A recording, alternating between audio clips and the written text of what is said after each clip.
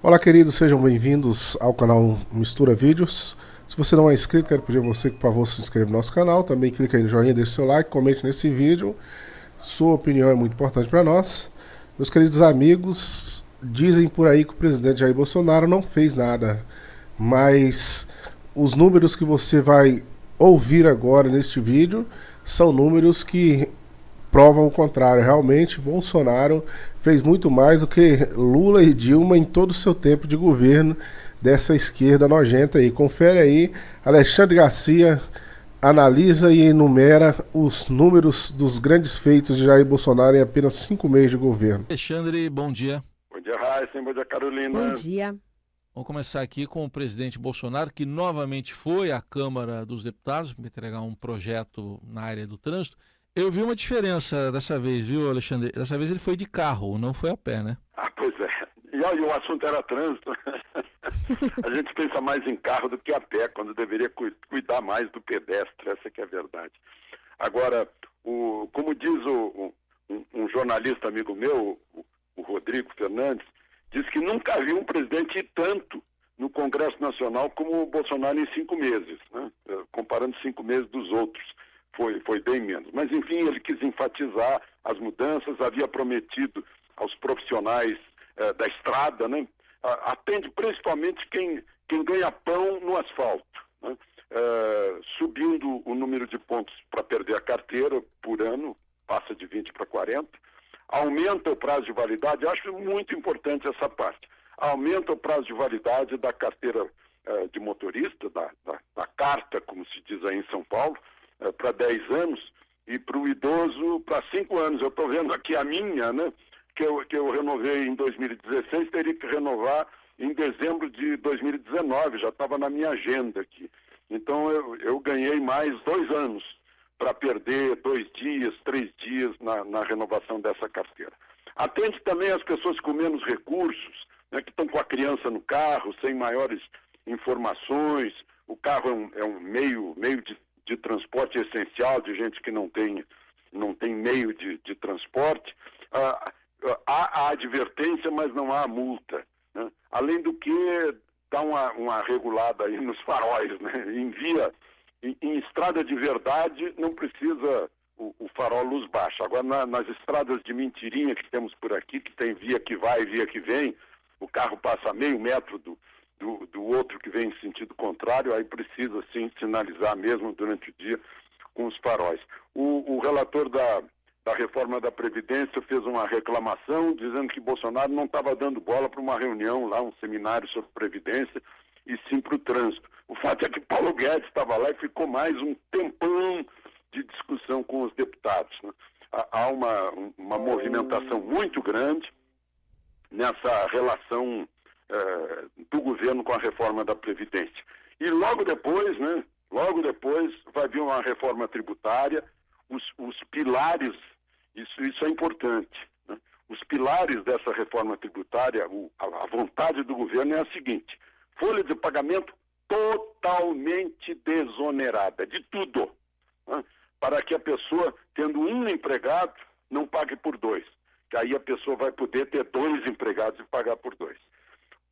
Imposto único federal, sem mexer na arrecadação municipal. Imposto único federal.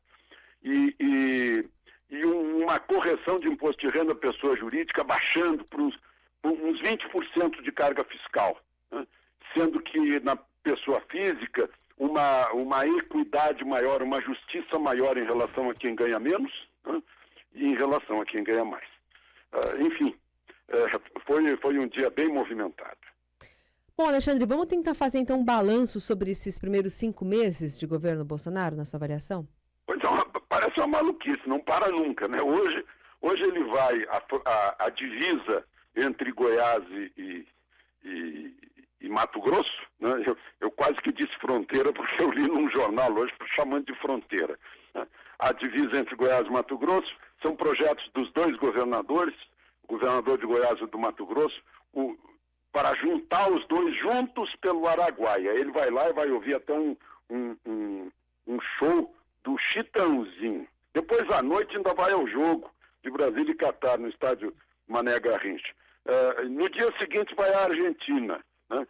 No dia 25 vai ao Japão na reunião dos 20. Aliás, já está no Japão, está chegando no Japão o presidente do Banco Central para uma reunião prévia entre ministros da Fazenda, dos 20 e Banco Central. Mas se a gente der uma olhada para trás, né, nesse momento, por exemplo, estão reduzindo o número de embaixadas inúteis, só gastadoras, no Caribe e na África, né? Lula abriu 60 e tantas embaixadas que hoje só dão prejuízo, mas é uma série de coisas que foram feitas aí, a medida provisória da liberdade econômica, essas medidas sobre armas de defesa, o fim do horário de verão, que coisa boa. Outra coisa assim que eu briguei muito por isso, é a volta do brasão da República para o nosso passaporte, 13º para o Bolsa Família, essa medida provisória recém-aprovada no Senado contra a fraude na Previdência, né?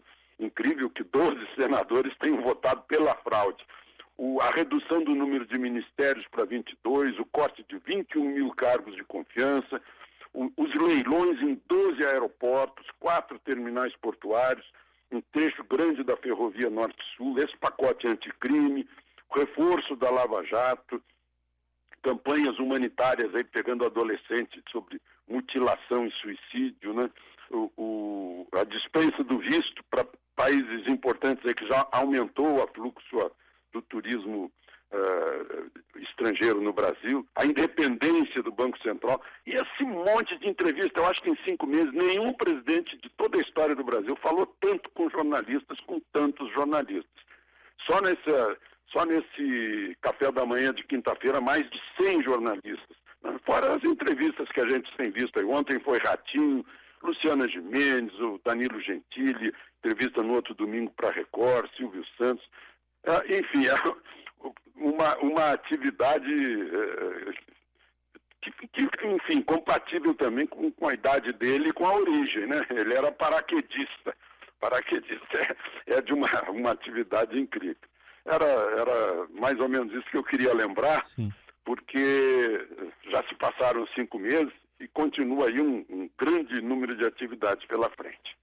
E só para a gente fechar, Alexandre, você quer falar também sobre um crime em Brasília?